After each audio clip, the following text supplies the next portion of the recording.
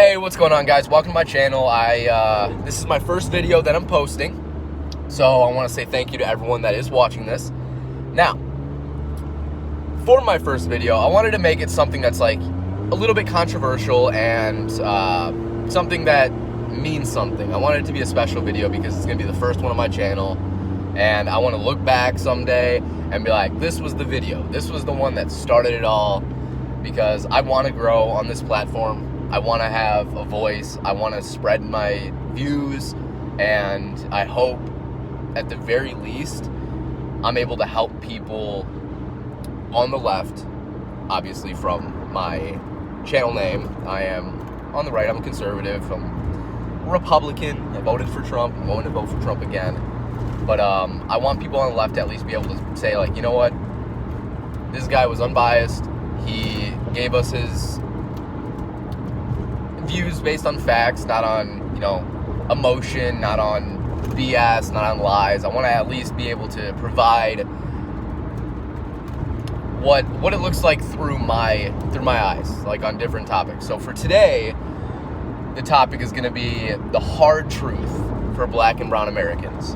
Now, for me, when I look, and I've done tremendous research into it, the hardest truth for Black and brown Americans is that the only form of systemic oppression that there really is the welfare state, for two reasons.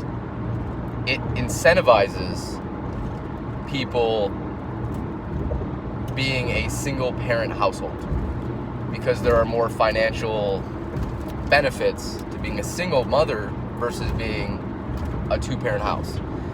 And the problem with that is not necessarily the fact that, women aren't strong enough to raise a person by themselves. I was raised by a single mom and saw my dad every once in a while. Then he stole my credit, let a bunch of things go delinquent, and was just a horrible person, and I haven't talked to him in 3 years. So it is not essential to have a two-person household, but it is a huge advantage because you get the, nurture and disciplinarian. I was lucky enough to get both those out of my mom. But she also had to work a ton, so me and my sister were home a lot. And my sister is evidence because I've always been very independent. Like, I've always been able to go out and get what I wanted because I started working when I was like 14. So, but my sister, who's more dependent, who's more, she needs that, like, guidance. She is not doing well. She's not doing as well as she could.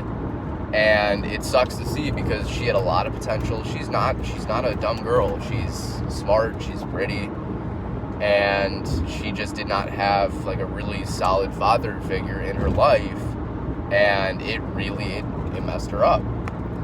And the problems that are, in my opinion, plaguing the African American Black communities are just basically that there are such a high number of single parent households. It's 74% single motherhood rate in the African American Black community. That's not a good thing, and it's incentivized by the welfare state. So if you want to talk about systemic oppression and the party that's doing that, it's not the Republican Party, it's not the right, it's the left, it's the Democrat Party. They've implemented these programs, and everywhere they have, it's had awful repercussions for the Black and brown communities.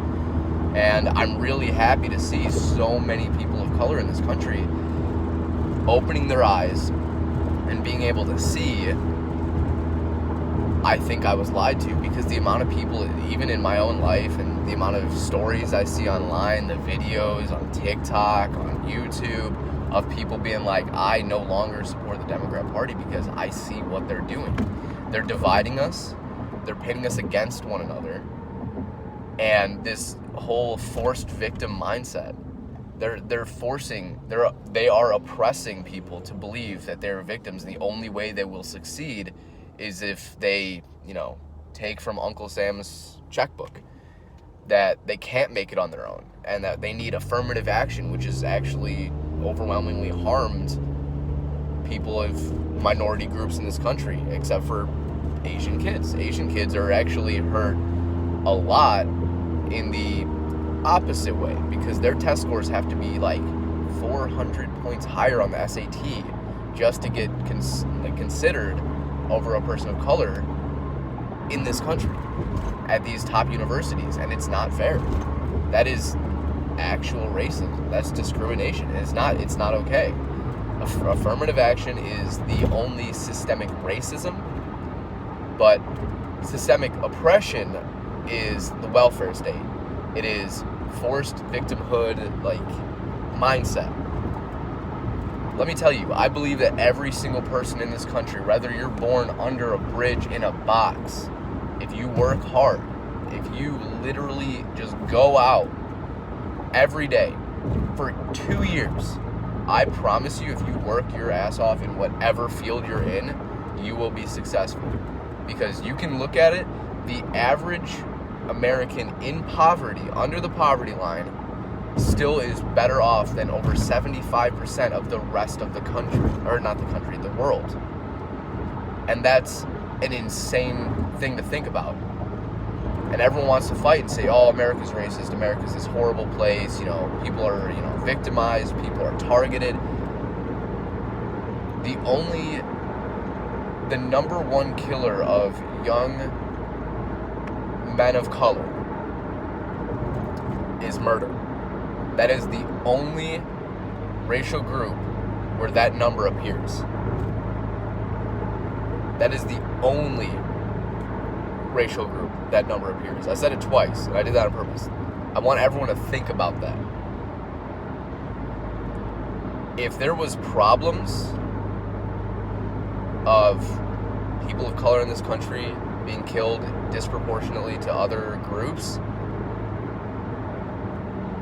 the data would support it. It doesn't. The only place that is true is for homicide, murder.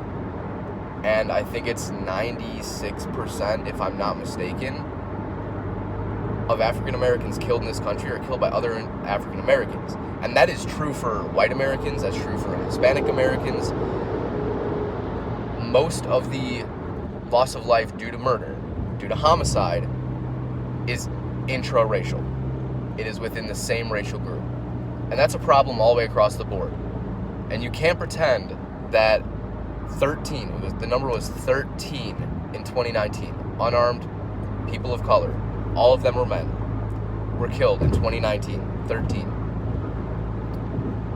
Only 3 of which were not actively fleeing and or attacking the police. I'm not going to pretend that there aren't really shitty cops out there that are targeting people that are racist, that don't deserve to be wearing a badge and upholding our laws because they are not good people.